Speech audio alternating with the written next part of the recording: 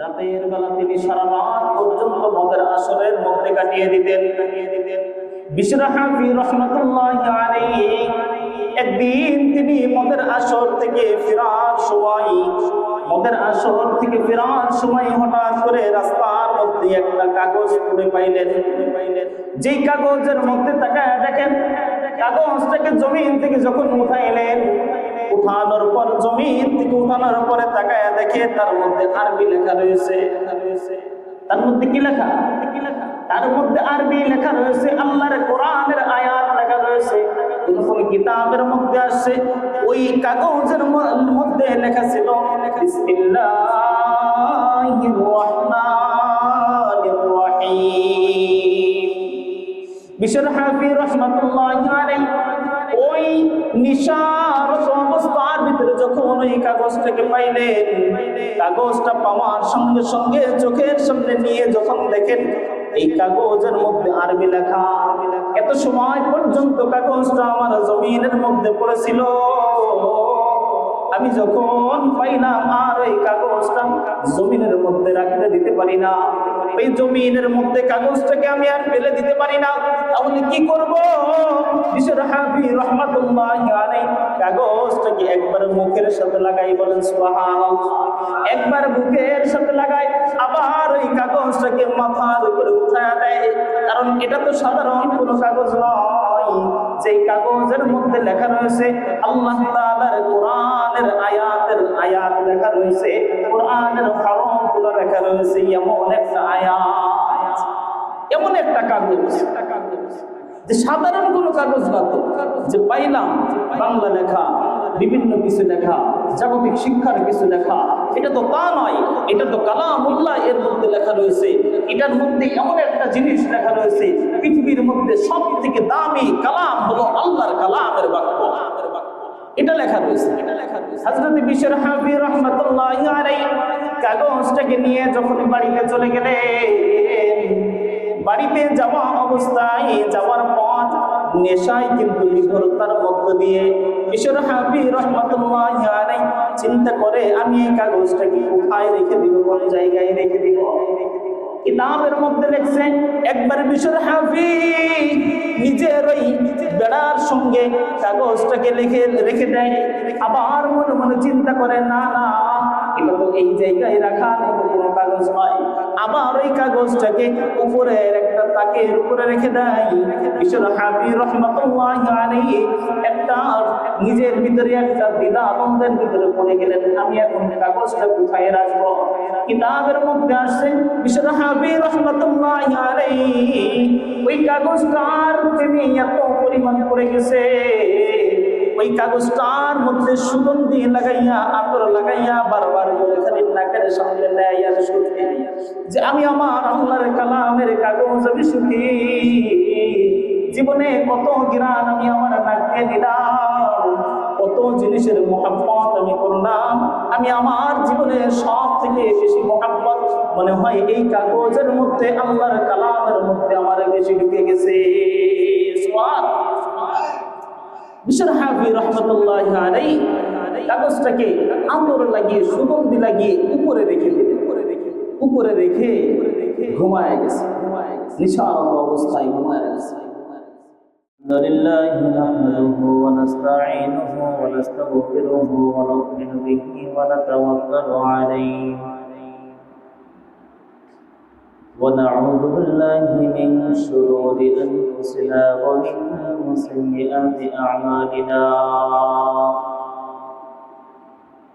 من يهده الله فلا مضل له ومن يضلل فلا هادي له وأشهد أن لا إله إلا الله وحده لا شريك له وأشهد أن سيدنا وسندنا وحبيبنا وطبيبنا وطبيب قلوبنا ومولانا محمدا عبده ورسوله صلى الله تعالى عليه وعلى آله وأصحابه وبارك وسلم تسليما كثيرا كثيرا. أما بعد فأعوذ بالله من الشيطان الرجيم. بسم الله الرحمن الرحيم. شهر رمضان الذي أنزل فيه القرآن هدى للناس وبينات من الهدى والفرقان، فمن شهد منكم الشهر فليصم، ومن كان مريضا أو على سفر فعدة من أيام أخرى، يريد الله بكم اليسر ولا يريد بكم العسر، ولتكملوا العدة ولتكبروا الله على ما هداكم ولعلكم تشكرون.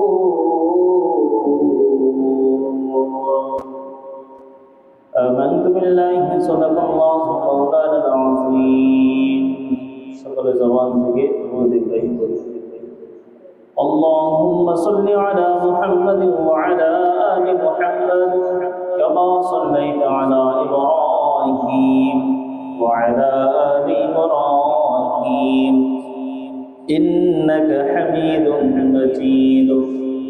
اللهم بارك على محمد وعلى آل محمد كما باركت على إبراهيم وعلى آل إبراهيم إنك حميد مجيد. بلغ العلا بكماله كشف الدجى بجماله حسنت جميع خصاله صلوا عليه وآله. الحمد لله. মহান রব্বুল আলামিনের দরবারে অসংখ্য অগণিত শুকরিয়া যে রব্বুল আলামিন আমাদেরকে রহমতের শেষ জুমআ আল্লাহ তাআলা আদায়ের জন্য আসার ও বসার কিছু দিনই নসিহত করার ও শোনার তৌফিক দান করেছেন। এই জন্য সেই মালিকের দরবারে শুকরিয়া জ্ঞাপন করি। আলহামদুলিল্লাহ। রমজানুল মুবারকের মধ্যে কয়েকটা ভাগ রয়েছে। প্রথম 10 দিন রহমতের, তারপর মাগফিরাত, তারপর নাজাত, এইভাবে ভাগ হয়েছে। তো রহমতের 10 দিনের আজকে হলো 9 রোজা। এই যে শেষ জুমা, এই জুমা আগামী বছর আর পাবো কিনা কেউ বলতে পারি? কেউ বলতে পারেন আপনারা? কেউ বলতে পারেন? কে কোথায় থাকবে, কে কোথায় চলে যাবে, কে জমিনে থাকবে, কে মাটির নিচে চলে যাবে, কেউ বলতে পারে না।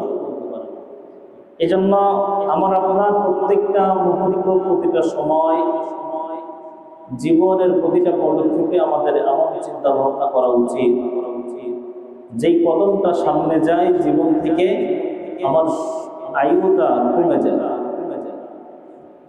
কদম আমার যত সামনে যাচ্ছে, যে সেকেন্ড, যে মিনিট আমার সামনের দিকে আগাচ্ছে, আমি তত কবর পথের যাত্রী হয়ে যাচ্ছে। কখন কার মরণ হবে, কোন সময় মরণ হবে, মরণ হবে এটাই নিশ্চিত, কিন্তু কোন সময় হবে এটাও অনিশ্চিত। কিন্তু কোন সময়, কোন মুহূর্তে মালাকুল মউত আমাকে আপনাকে সর্ব অবস্থায় ধাওয়া করছে, পিছনে লেগে আছে, কখন যে পাকড়াও করবে জানেন একজন, তিনি কে? আল্লাহ। আল্লাহ ছাড়া আর কেউ বুঝবে না। এই জন্য রমজান মাস আমাদেরকে শিক্ষা দিয়ে যায়, মুত্তাকি বানায়া যায়। কোনো ব্যক্তি যদি রমজানুল মুবারকের গুরুত্ব দিতে পারে এবং রমজানুল মুবারকে নিজের জীবনকে পরিবর্তনের জন্য আমল করতে পারে, আল্লাহ তাআলা এই রমজানুল মুবারকে মুত্তাকিদের খাতার মধ্যে তার নামকে লিখে দেন। সুবহানাল্লাহ। এই রমজান মাস এতটা দামি মাস, আল্লাহ তাআলা এই রমজান মাসে কোরআনুল কারীমকে নাযিল করেছেন। সুবহানাল্লাহ। যে রমজান মাসে কোরআনুল কারীম তেলাওয়াত করলে কোরআনুল কারীমের তেলাওয়াতের মাধ্যমে প্রতিটা হরফের বিনিময়ে 70 করে নেকি আল্লাহ তাআলা আমলনামায় দিয়ে দেন। আমাদের সবথেকে বড় সমস্যা হলো আমাদের সময় নেই। কখন পড়ব, দুনিয়ার ব্যস্ততা, বাহ্যিক পেরেশানি, এটার কারণেই আমাদের সময় হয় না। কিন্তু এই কোরআনুল কারীম সত্যিকার অর্থে যারা মহব্বত করে, ভালোবাসে, দুনিয়া এক সাইডে থাকে, তাদের আল্লাহ কোরআনের ভালোবাসা মহব্বত তাদেরকে ভিন্ন সাইডে রেখে দেয়। আর আল্লাহর কোরআনের মহব্বত ভালোবাসা মানুষকে সম্মান বৃদ্ধি করে দেয়। কোরআনের ভালোবাসা মানুষকে কি করে? সম্মান বৃদ্ধি করে দেয়। যেমন আজকে কোরআনুল কারীমের জ্ঞান থাকার কারণে আল্লাহ তাআলা স্থান দিয়েছে মেম্বারে বসার সুযোগ দিয়েছে, বিভিন্ন মাহফিলের প্রোগ্রামে যাওয়ার সুযোগ করে দেয়। কেন? কোরআনুল কারীমের জ্ঞান থাকার কারণে, কোরআনের মহব্বত অন্তরের ভিতরে থাকার কারণে। দেখবেন জাগতিক শিক্ষার মধ্যে মানুষের যখন সে একজন মানুষ বৃদ্ধ হয়ে যায়, তখন জাগতিক শিক্ষার একটা নির্ধারিত সময় আছে, তার রিটায়ার্ড হতে হয়। তখন যে কর্মরত থাকা অবস্থায়, অফিসার থাকা অবস্থায় তার যে মর্যাদা ছিল, সম্মান ছিল, ওই জিনিসটা রিটায়ার্ড হওয়ার পরে থাকে নাকি? থাকে। কিন্তু একজন আলেম আপনার যত আপনার বয়স তার বৃদ্ধি হয়, আল্লাহ তাআলা তার ইজ্জত সম্মান তত বেশি বৃদ্ধি করে দেয়। মরণ পর্যন্ত মানুষ তার পিছনে দৌড়াইতে থাকে, নিঃস্বার্থে দৌড়াইতে থাকে। ঠিক কিনা? নিঃস্বার্থে মানুষ দৌড়াইতে থাকে। এই জন্য রব্বুল আলামিন বলেন, শাহরু রমাদানাল্লাযী উনজিলা ফীহিল কুরআন।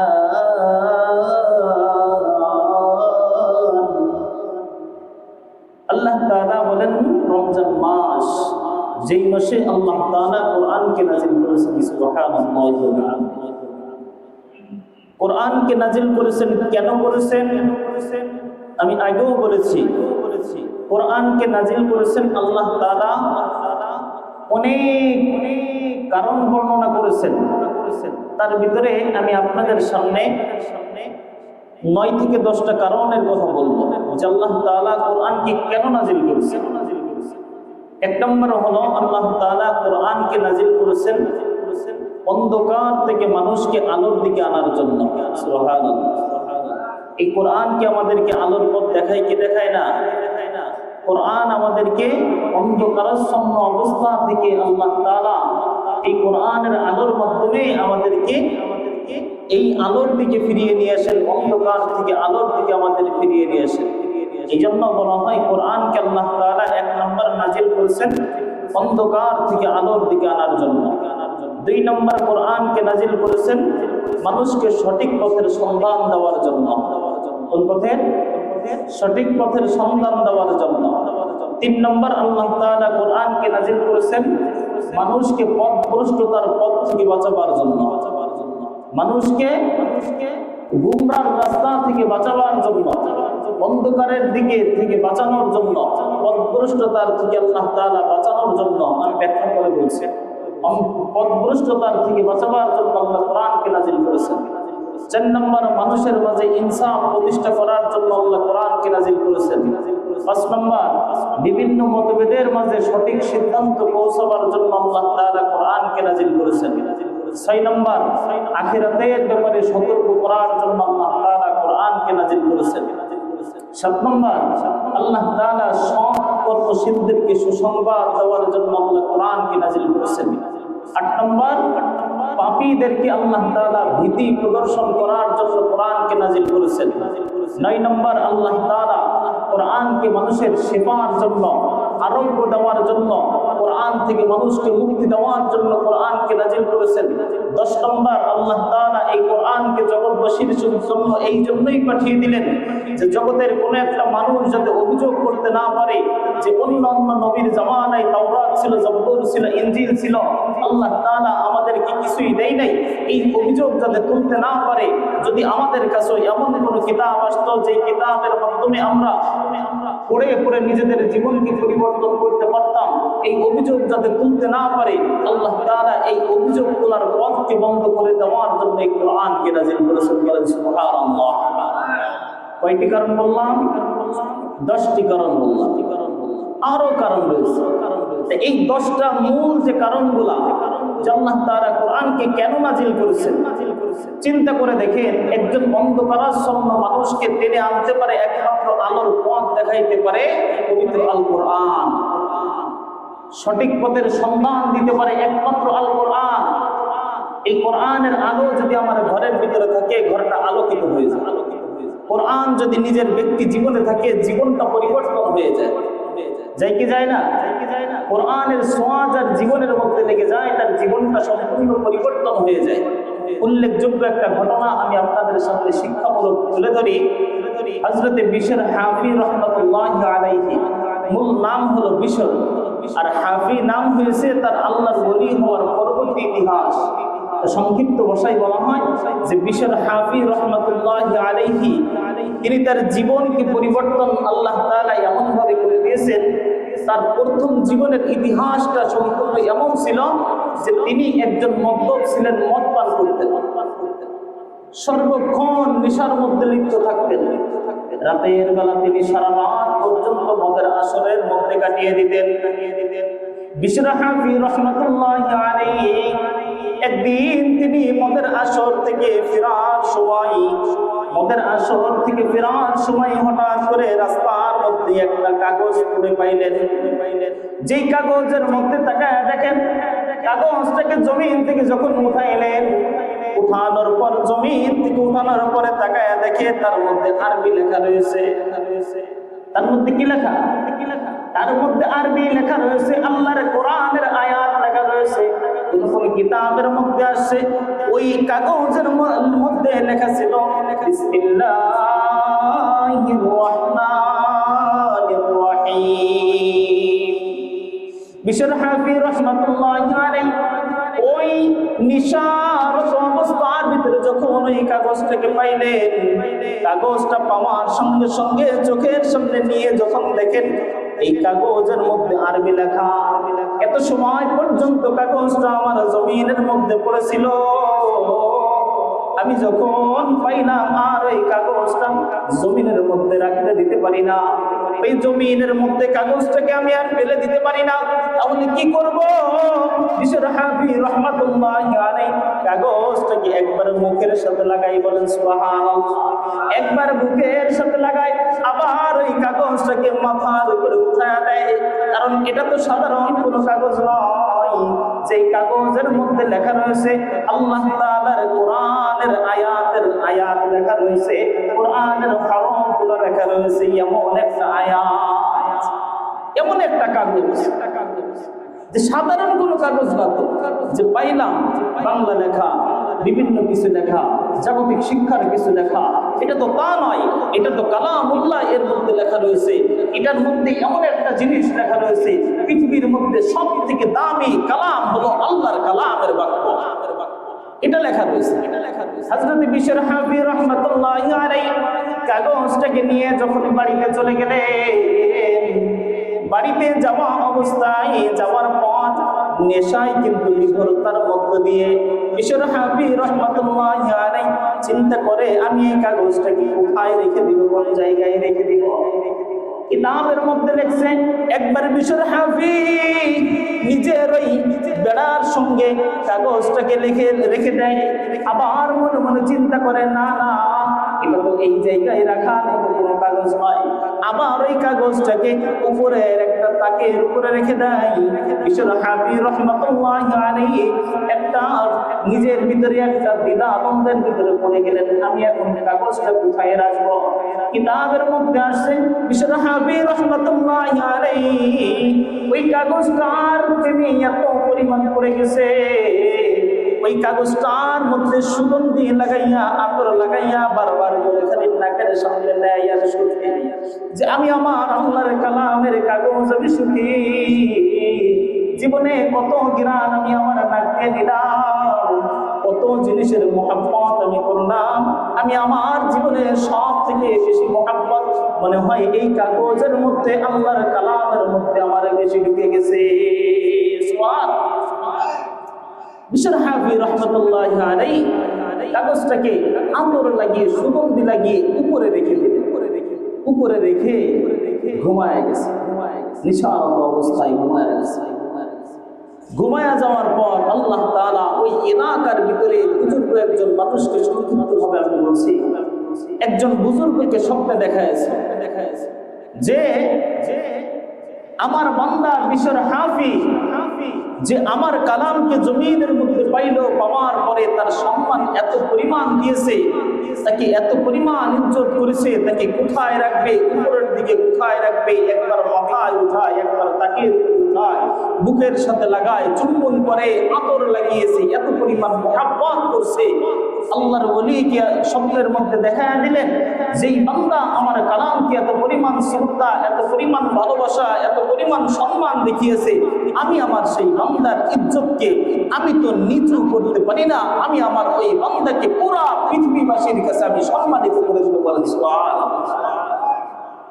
আল্লাহর ওলিকে ডাক দিয়ে বলা হয় যাও যাও বিশর হাফিরের কাছে যাও, বিশর হাফিরের কাছে যে তাকে সংবাদ পৌঁছায় দাও যে তুমি যে আল্লাহর কালাম জমিন থেকে পাওয়ার পরে তুমি এত ইজ্জত দিয়ে উপরের দিকে উঠাই নাও, এই উঠানোর কারণে, সম্মান করার কারণে, মুহাব্বত করার কারণে আল্লাহ তাআলা অতীতের সব গুনাহগুলোকে মাফ করে দিয়েছে। শুধু তাই না, আল্লাহ তাআলা ঘোষণা করে জানিয়ে দিয়েছে যে আল্লাহ তাআলা পুরা পৃথিবীবাসীর কাছে তোমাকে সম্মানিত করে দিবে। কিসের কারণে ভাই? কিসের কারণে? জোরে বলেন। কোরআনের কারণে। কি করছে? জমিনের কাগজকে, লিখিত কাগজকে, আরবি লেখা কাগজকে উপরে উঠাইছে, সম্মান আল্লাহ তাআলা পুরা পৃথিবীবাসীর কাছে পৌঁছায়। আল্লাহর ওলি যখন বিশর হাফির কাছে চলে গেলেন, বিশর হাফি তখন নিশার মধ্যে বিভোর। এমন তো অবস্থায় আল্লাহর ওলি তাকে ডাক দিয়ে বলে, ও বিশর, এই আজ রাতের একটা যেই ঘটনা ঘটে গেল, আমি স্বপ্নের মধ্যে দেখলাম, আমাকে দেখানো হলো তুমি যেই কাগজটাকে তুমি জমিন থেকে তুলে সুগন্ধি লাগায়া তুমি উপরের দিকে উঠায় রেখেছিলে, অবিশ্বাস আমি তোমাকে সংবাদ দেওয়ার জন্য আসছি।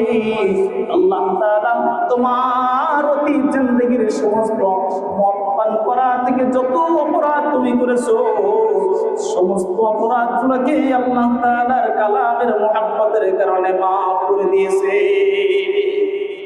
এই জন্য এই কোরআনকে যদি কোনো একজন মানুষ যদি মুহাব্বত করে, তার জিন্দেগি পরিবর্তন হয় কি হয় না? এই কোরআন যদি কোনো মানুষ যদি ঘরের ভিতরে চালু করে দেয়, ঘরটা আলোকিত হয়ে যায়। কোনো মানুষ যদি নিজের ভিতরে কোরআনের আমল চালু করে দেয়, নিজের দিলটা সম্পূর্ণ আলোকিত হয়ে যায়। সামাজিক জীবনে যদি কোরআনের ভালোবাসা থাকে, সামাজিক জীবনে যদি কোরআনের বাস্তবতার সাথে জীবনকে পরিচালনা করে, সমাজটা একেবারে সুশীল সমাজে পরিণত হয়ে যায়। ঠিক কিনা? সমাজটাও পরিবর্তন হয়ে যায়। পারিবারিক বলেন, সামাজিক বলেন, রাষ্ট্রীয় বলেন, যেখানেই বলেন না কেন, কোরআনের আইন যখন আপনার বাস্তবায়ন হয়, সম্পূর্ণ স্থানটা আপনার সুশীল সমাজে পরিণত হয়ে যায়, সুশীল জায়গায় পরিণত হয়ে যায়। সন্তানগুলোও সৎ রাস্তার দিকে চলতে থাকে। বাস্তব দেখেন, কয়জন আলেমের সন্তান অসৎ রাস্তায় চলে, আর কয়জন সাধারণ মানুষের সন্তান অসৎ রাস্তায় চলে। আপনারা নিজে নিজে হিসাব করবেন। কয়জন আলেমের সন্তান মদ পান করে, নেশা পান করে, কয়জন দেখাইতে পারে? কতজনকে দেখাইতে পারবো? আমার তো মনে হয় 100-র ভিতরে 5% দেখাতে পারবো। কিন্তু সাধারণ মানুষের সন্তান যে কোরআনের আলেম না, তার সন্তান, তাদের সন্তান শতকরা 70-80% নেশাগ্রস্ত অবস্থায়।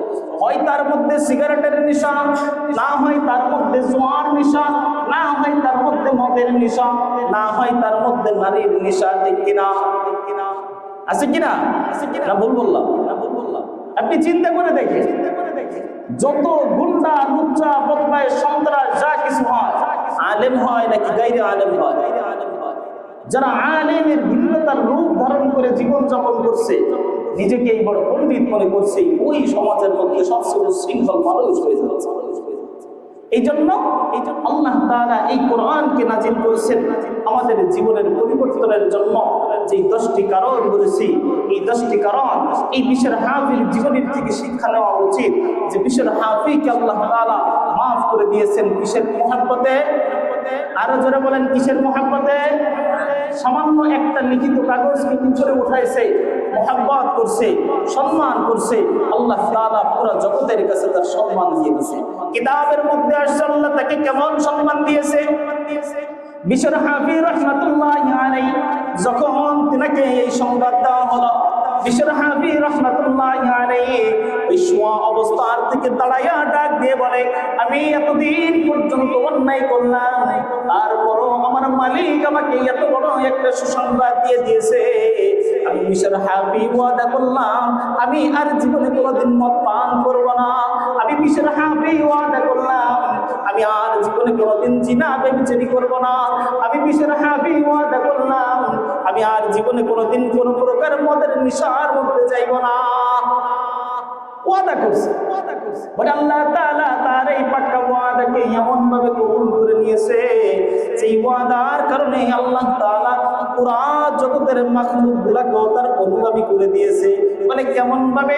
আল্লাহ তাআলা কিতাবের মধ্যে আসে, বিশ্বর হাফি যখন নিজে তওবা করে নিজের জীবনের সমস্ত পাপ থেকে নিজে পরিত্রাণ করলেন, নিজে একেবারে নিজের পাপের জগৎকে যখন একেবারে দমায়া দিলেন, স্তব্ধ করে দিলেন, আল্লাহ তাআলার কাছে তওবা করছে। বিশ্বর হাফি জমিনের মধ্যে চলাফেরা করে, খালি পায়ে হাঁটা চলা সব সময় করতে শুরু করেছে। তাকে জিজ্ঞাসা করা হয়, ও বিশ্বর হাফি, তুমি কেন খালি পায়ের মধ্যে, তুমি বাগদাদের এই জমিনের মধ্যে কেন তুমি খালি পায়ে চলাফেরা করো?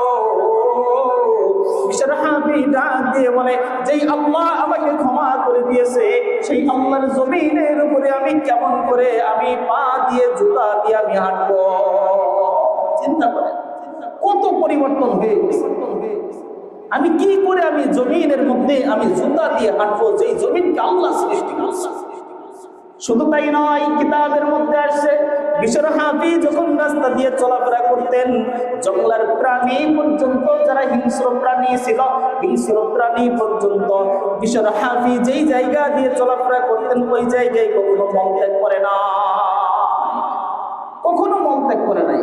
কারণ আল্লাহ তো তার নাম লিখে দিয়েছেন আল্লাহর ওলিদের খাতার মধ্যে। আল্লাহর ওলি এই একটা প্রাণী পর্যন্ত মলত্যাগ রাস্তায় করে নাই যে খালি পায়ে হাঁটলে তার পার মধ্যে লেগে যাবে। আল্লাহর ওলির সম্পর্ক থাকে কার সাথে? আল্লাহর সাথে। আল্লাহর সাথে মাল্লাহুল মাওলা ফালাহুল কুন, যে ব্যক্তি মাওলার হয়ে যায় পুরা জগৎটা আল্লাহ তার বানিয়ে দেন। সুবহানাল্লাহ, সুবহানাল্লাহ। আমি আপনি যদি মাওলার হতে পারি, পুরা জগৎকে আল্লাহ তাআলা আমার আপনার জন্য বানায়া দেবে। হওয়ার জন্য প্রাণপণ চেষ্টা করতে হবে। তারা যদি হইতে পারে, কেন আমরা হইতে পারবো? ইতিহাসের কিতাবের মধ্যে লেখে, একদিন হঠাৎ করে রাস্তার মধ্যে যখন অনেক টুকরা মল দেখা গেল, প্রাণীর পায়খানা যখন দেখা গেল, মানুষজন বলা বলি করতে শুরু করেছে, বিশ্বর হাফি মনে হয় দুনিয়ার জমিন থেকে চলে গেছে, বিশ্বর হাফি মনে হয় মারা গেছে। মানুষ যখন অনুসন্ধান করার জন্য, যখন খোঁজ নেওয়ার জন্য বের হলো, সত্যিকার অর্থে এসে দেখে আল্লাহর বান্দা, আল্লাহর ওলি বিশ্বর হাফি দুনিয়ার জমিন থেকে ইন্তেকাল করেছে। চিন্তা করে দেখেন আল্লাহ কত ইজ্জত বাড়িয়ে দিয়েছে। এই জন্য মুসলমান ভাইরা আমার, আখেরি কথা হলো, কোনো একজন মানুষ যদি আল্লাহর কালামকে মুহাব্বত করে, আল্লাহ তাআলা তার দিলটাকে সম্পূর্ণ পরিবর্তন করে দেন। যেই ঘরের ভিতরে কোরআনের তেলাওয়াত হয়, ওই ঘরের সন্তানগুলো সৎ রাস্তায় পরিচালিত হয়। যেই ঘরের ভিতরে কোরআনের তেলাওয়াত হয়, ওই ঘরের ভিতর থেকে আল্লাহ তাআলা অভাব অনটনকে দূর করে দেন।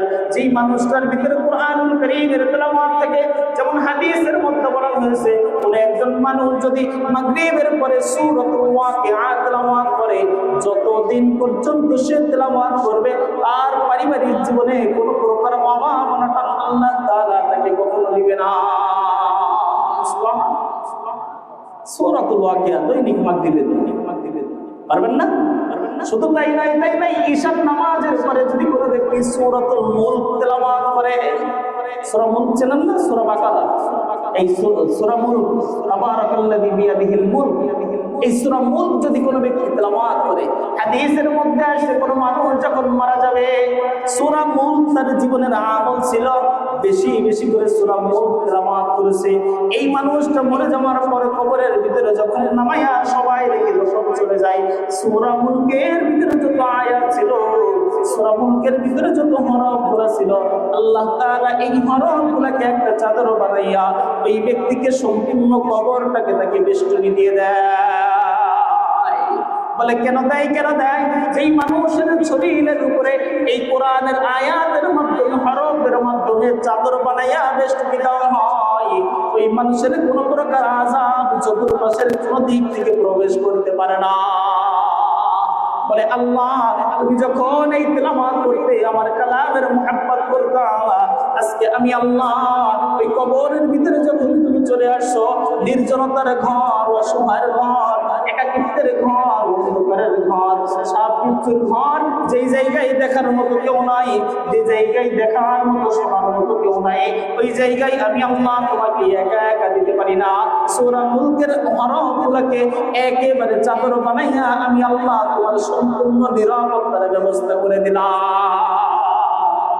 পড়বেন তো ইনশাআল্লাহ? সূরা মুলক পড়বেন তো? সূরা মুলক বেশি বেশি করে পড়বেন। মাগরিবের পরে সূরা ওয়াকিয়া পড়বেন, বলে অভাব অনটন পরিবার থেকে যায় না। আপনি সূরা মুলকের তেলাওয়াত, সূরা ওয়াকিয়ার তেলাওয়াত আপনি শুরু করে দেন, আল্লাহ আপনার অভাব অনটন দূর করে দিবেন। অভাব অনটন দূর করে দিবে দৈনিক পড়ে। বলে মাদ্রাসায় এত বরকত, এত ছাগল, এত খাসি, আপনার এত গরু কোথা থেকে আসে? কারণ কি, আমি আমার শিক্ষা জীবনে আমি বাস্তব কথা বলি, যে আমরা যখন আসরের পরে যাইতাম, সন্ধ্যার সময় এসে দেখতাম যে হঠাৎ করে 5টা ছাগল বান্ধা রয়েছে, বোর্ডিং এর সামনে 4টা ছাগল বাঁধা, 3টা ছাগল বাঁধা। এগুলো দিল কে? এগুলো তো আমরা চাইতে যাই নাই, একা একারাই দিয়ে যাচ্ছে। কেন দিয়ে যাচ্ছে? মাদ্রাসার ছাত্রগুলা দৈনিক মাগরিবের নামাজের পরে কিছু করুক চাই না করুক, প্রত্যেকটা ছাত্র তারা আমল বানিয়ে নিয়েছে সূরা ওয়াকিয়ার তেলাওয়াত তারা দৈনন্দিন করে। সূরা ওয়াকিয়ার তেলাওয়াত করার কারণে আল্লাহ দেখেন এই যে বড় বড় প্রতিষ্ঠানগুলা, এই যে মাদ্রাসায় সব হাজার হাজার ছাত্রদের খাবার ফ্রি করে খাওয়াচ্ছে না? আপনি দারুল উলুম মাদ্রাসায় যান, বাংলাদেশের যে সমস্ত এতিম মাদ্রাসাগুলো রয়েছে, এতিম যারা ওইখানে লেখাপড়া করে তাদেরকে ফ্রি খাওয়াচ্ছে। কিভাবে খাওয়াচ্ছে? আপনাদের মাধ্যমেই তো আল্লাহ তাদেরকে পরিচালিত করছে। কেন করছে? যে আল্লাহ তাআলা এই যে তাদের আমলকে পছন্দনীয় করে কার প্রাণ কোন সময় আল্লাহ কি অবস্থায় কবুল করে দুনিয়ার মানুষকেও বলতে পারে না। এই জন্য আল্লাহ তাআলা এই যে 10টি কারণ বললাম, যে আল্লাহ তাআলা কোরআনকে নাজিল করেছেন, 10টি কারণ অন্ধকার থেকে আলোর দিকে আনার জন্য, মানুষকে সঠিক পথের সন্ধান দেওয়ার জন্য, পথভ্রষ্টতার রাস্তা থেকে আল্লাহ তাআলা হেফাজত করার জন্য, মানুষের মাঝে ইনসাফ প্রতিষ্ঠা করার জন্য, বিভিন্ন মতভেদের মাঝে সঠিক সিদ্ধান্তে পৌঁছাবার জন্য, মানুষকে আখিরাতের ব্যাপারে সতর্ক করার জন্য, মানুষকে সৎকর্মশীলদেরকে জান্নাতের সুসংবাদ দেওয়ার জন্য, এবং বাকিদেরকে জাহান্নামের ভয়, আখিরাতের ভয় ভীতি প্রদর্শন করার জন্য, এবং মানুষকে কোরআনের মাধ্যমে সেবা আরোগ্য দেওয়ার জন্য আল্লাহ তাআলা কোরআনকে নাযিল করেছেন। 10 নম্বর হলো মানুষের অভিযোগ তোলার সমস্ত পথকে বন্ধ করে দিয়ে আল্লাহ কোরআনকে নাযিল করেছেন। বলেন সুবহানাল্লাহ ওয়া বিহামদিহি। এই কোরআনের মুহাব্বত করবেন তো ইনশাআল্লাহ। একটা কথা বলে আমি আমার আলোচনা শেষ করে দিই। হাদিসের মধ্যে আসছে, কুল্লু আলিমান আও মুতাআল্লিমান আও মুঈদান আও মুহিব্বান, হয় তুমি আলেম হও, না হয় তুমি ছাত্র হও, হয় শিক্ষক হও, না হয় ছাত্র হও। 2 নাম্বার 3 নাম্বার না হয় তুমি একজন যে ইলমে দ্বীন অর্জন করছে তুমি তার সাহায্যকারী হয়ে যাও, তুমি তার সাহায্যকারী হয়ে যাও।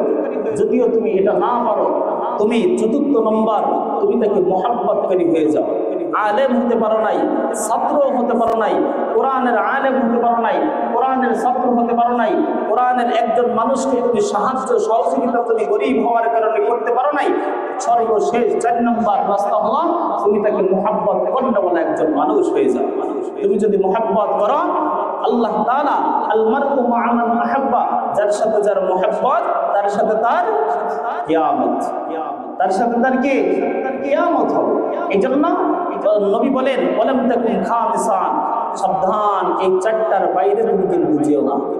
আলেম হতে পারো নাই, ছাত্র হতে পারো নাই, মুহাব্বত তাদেরকে সহযোগিতাও করতে পারো নাই, 4 নম্বর তুমি তাদেরকে মুহাব্বত করতে পারো নাই। সাবধান এই 4টার বাইরে যে তুমি ভিন্ন আর কিছু হয়ে যেও না।